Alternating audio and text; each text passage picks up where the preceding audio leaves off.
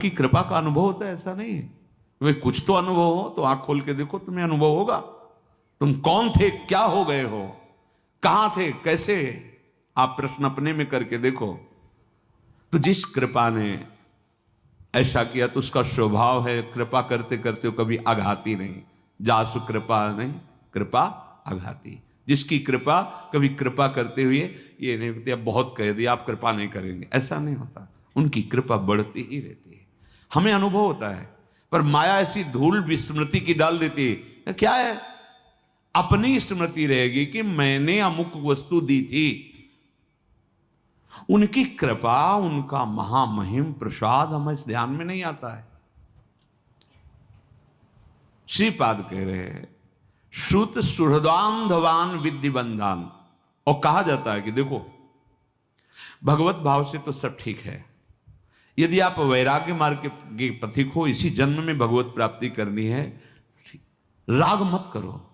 कोई रिश्ता नहीं, कोई नाता नहीं, कोई संबंध नहीं, पास रहते हुए भी कोई संबंध नहीं। वृंदावन ऐसे रहे मनो चिन्हारो ना, ये रूप जी और पूज्य श्री सनातन जी के लिए आया है। दोनों सगे भाई हैं, महापुरुष है। वृंदावन ऐसे रहे मनो चिन्हारो ना, आपस में न व्यवहार प्रपंच में। वृंदावन ऐसे रहे मनो चिन्ह। आम का कितना बड़ा सूक्ष्म स्वरूप है जिसको महापुरुष जानते हैं। और उस अपने जनों में हम देखकर कितने, वो आपको लगता है कि ऐसा क्या अपराध बन गया, मैं तो सब ठीक ही कर रहा हूं, लेकिन अहम दिखाई दिया तो वो ऐसे डर जाते हैं जैसे भेड़िया बच्चे का गला दबा ले तो लगता है अब मरा अब मरा, ऐसे अहंकार है। पूज्यपाद श्री रूप जी महाराज के पास वैसे भी प्रकांड ज्ञानी थे, राजमंत्री, पूरा राज्य शासन इन्हीं से चलता था, रूप जी सनातन जी से। फिर महाप्रभु चैतन्य देव जी की अद्भुत कृपा। तो शास्त्र जैसे अपने को सब गिनती नहीं 1 से 100 तक, ऐसे किसी भी शास्त्र की कोई इतनी प्रवीण बुद्धि थी, एक बार स्वाध्याय कर लिया सब बैठ गया। अद्भुत शास्त्रों की ज्ञाता और भक्ति रस की चरम सीमा में डूबे हुए महापुरुष। अब शास्त्रों का पांडित्य अभिमान रखने वाले भला इनसे शास्त्रार्थ कर सकते हैं? आए, बोले हम दिग्विजयी पंडित हैं, आपको शास्त्रार्थ करना है। ये परिचय रखा या तो इसमें हार और दस्तखत, और या फिर शास्त्रार्थ करो। तो प्रिया प्रीतम का नाम छोड़ करके अब कौन सी वार्ता करे, उन्होंने लिख दिया हार का दस्तखत। बड़े उसमें घंटा शंखनाद और बजाते दिग्विजयी पंडित, विजय प्राप्त हुई। उधर से पूज्यपाद श्री जीव गोस्वामी यमुना जी से स्नान करके आ रहे। जब ये सुना तो नजदीक गए, बोले तुम क्या बोल रहे हो, तुम विजय प्राप्त करके आ रहे हो?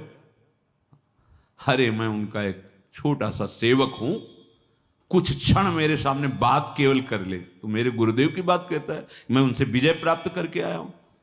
भला भागवतिक महिमा से युक्त बुद्धि और वो शास्त्री विद्वान कुछ क्षण में परास्त किया। तो भूल कर शब्द मत निकाल देना, मैं रूप गोस्वामी पर विजय प्राप्त, उनका एक छोटा सा दास हूं, जीव गोस्वामी ने कहा। और वो परास्त होकर ये सूचना किसी ने श्री रूप जी को दी। हर शिष्य का यही कर्तव्य है जो गुरुदेव भगवान के प्रति करना चाहिए, जो जीव गोस्वामी जी ने किया। जे ही जीव गोस्वामी जी पहुंचे तो बहुत ही आवेश में श्री रूप जी एक आनंद में जा रहा था, विजय श्री का आनंद लिए हुए। हमारा कर्तव्य क्या है? सामने वाले को सुख पहुंचाना। अरे मैं हार लिख दी तो क्या चला गया, वो आनंदित तो जा रहा था, तुमने उसको परास्त किया, अपराध, चलो मैं तुम्हारा त्याग करता हूं। अब आप विचार करो क्या अपराध है? कोई भी शिष्य जो सहृदय अपने गुरुदेव को भगवान मानता है, प्राण मानता है, वो अपने गुरुदेव की अवहेलना कैसे बर्दाश्त कर सकता है? हटा दिया,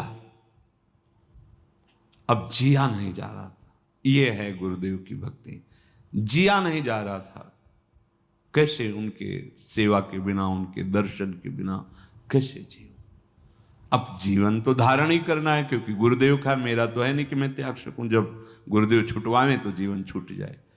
तो 2-3-4 दिन में जाते, जहां आटा मिलता तो घोर के पी लेते ऐसे आटा, बस प्राण पोषण होता है। गुरुदेव के बिना जीना क्या। और धीरे धीरे, अब शरीर तो शरीर है ना, अनुकूल पदार्थ ना मिलने पर धीरे धीरे पेट बढ़ गया और जलोदर जैसा रोग बढ़ा, उदर में परेशानी। एक दिन सनातन जी भिक्षा, अरे माई जल्दी दे दे, समय हो रहा है। तो कहा इससे तो अच्छा मेरा बाबा है, जो कभी कभी आता है आटा घोर के पीता है। यार ब्रजमंडल में ऐसा तपस्वी महापुरुष जिसका मुझे परिचय नहीं, तो किधर से आता है बताया, उधर झाड़ियों में रहते हैं।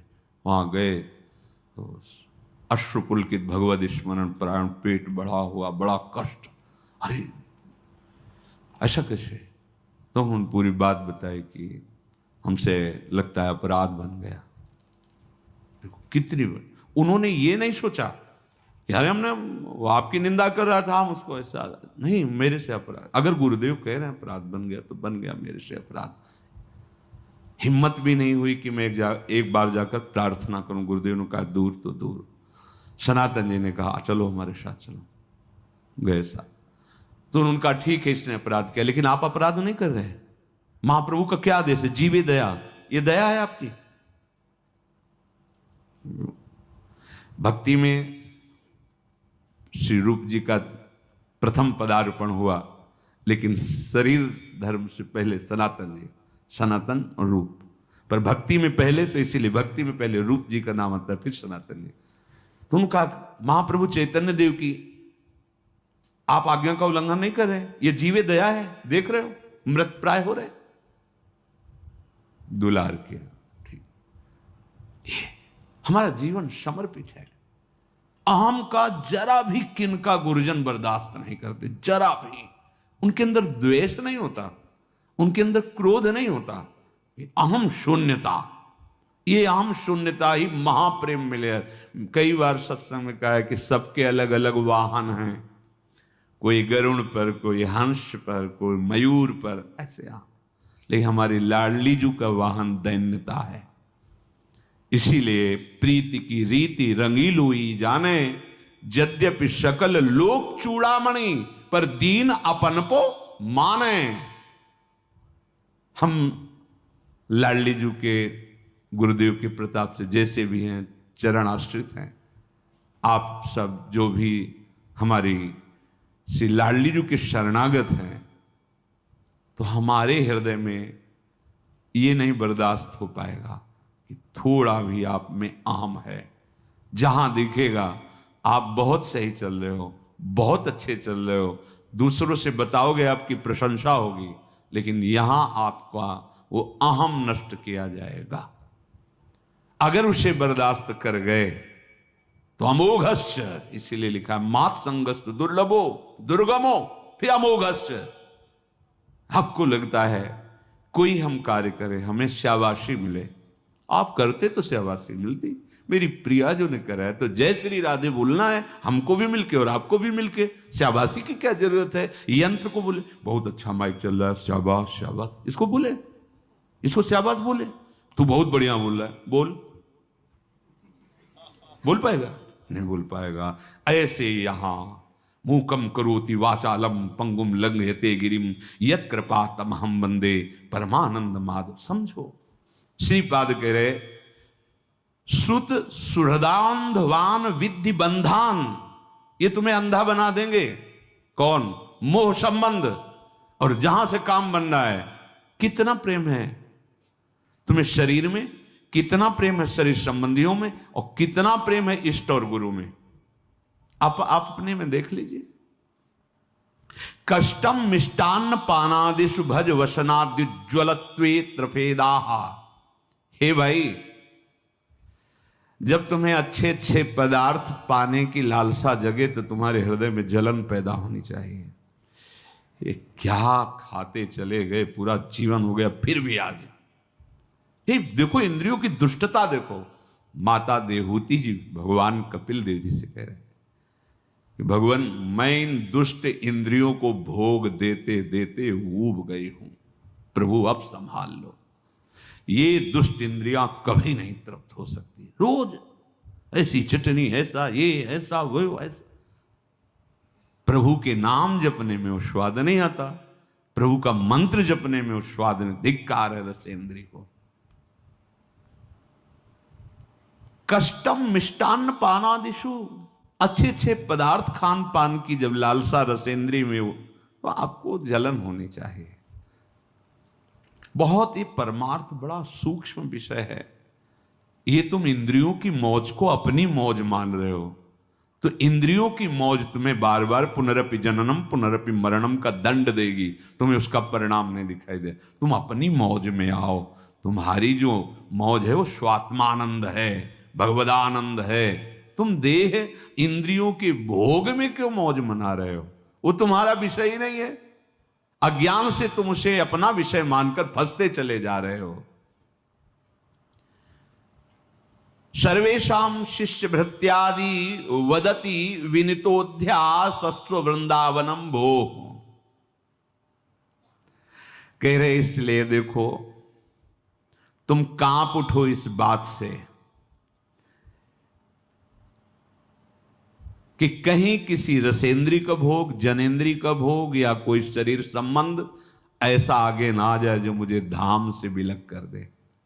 कर देता है, कर दिया।